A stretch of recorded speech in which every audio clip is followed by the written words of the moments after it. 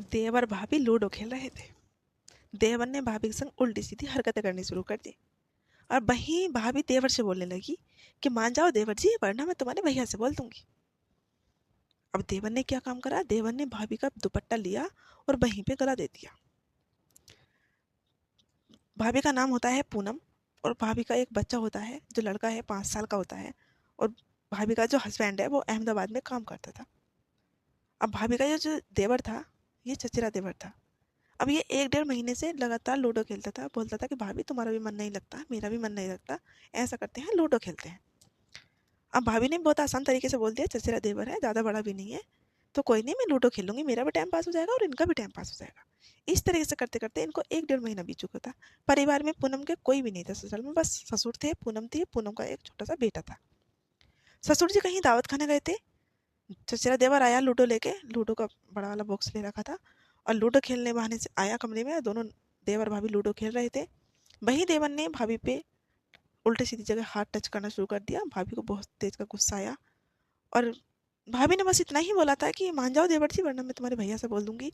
जब भाभी ने इतना बोला, उन्हें दुपट्टा लेकर भाभी का गला घोट दिया और घर से बिगल लूडो उठाई अपने घर चला गया। ससुर जी आते हैं, वो पूनम को किसी कार्य के लिए आवाज़ मारते हैं कि पूनम। पूनम नहीं बोलती है। ससुर जी कमरे में झांकने जाते हैं तो देखा तो पूनम की लाश पड़ी हुई थी।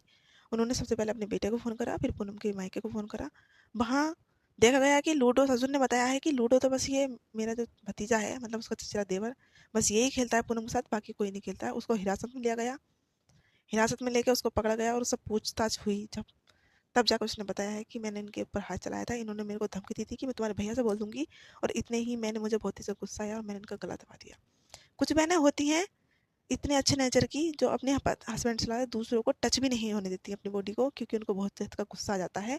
और कुछ बहनें ऐसी होती हैं जो हवस की भूखी होती हैं, जो तीसरे को आने का मौका देखती हैं कि दूसरा हमारे पास आए, हमारे लोग को अच्छी सी निगाह से देखे और आकर्षित होने लगती हैं। तो यही पूनम एक बहुत अच्छी स्वभाव की थी। जब पूनम को उसने तनक भी टच किया तो उसको बहुत तेज गुस्सा आया और उसने डायरेक्टली बोल दिया कि मैं तुम्हारे भैया से बोल दूंगी, वरना तुम हाथ अपना हटा लो। और इतना ही उसको बर्दाश्त नहीं हुआ, उसने उसका गला दे दिया।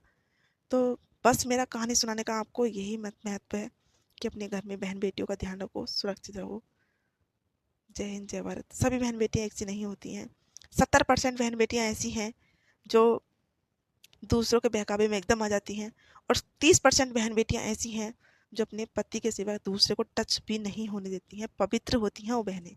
सैल्यूट है मुझे ऐसी बहन पे, पूनम पे, जो कुर्बानी देती है बट उसको अपने बॉडी टच नहीं होने दी है। तनक उसने टच की थी, उसको गुस्सा आया, उसने बोला कि भैया से बोल दूंगा, बट उसको नहीं पता था कि मेरे साथ इतना बुरा दुष्कर्म कर देगा, यानी कि मेरी जान ही ले लेगा। और यहाँ पूनम ने झटपटाई तो बहुत होगी, बट कोई बताने वाला, कोई कहने वाला नहीं था, उसकी चीख पुकार सुनने वाला भी वहीं नहीं था। मेरे हाथ जोड़ के सभी भैयों से गुजारिश है जो बाहर रहते हैं, हर रोज प्रतिदिन 8वें दिन अपने घर के चक्कर लगा दिया करो भाइयों। पता नहीं तुम्हारे पीठ पीछे तुम्हारी घर वालों के साथ क्या हो रहा है, क्या होने वाला है। ध्यान रखो, सुरक्षित रखो अपनी बहन बेटियों पर। बस मेरा कहानी सुनाने का इतना से महत्व है कि किसी को भी इतना अकेला मत छोड़ो जो कोई भी कुछ भी कर जाए। जय हिंद, जय भारत।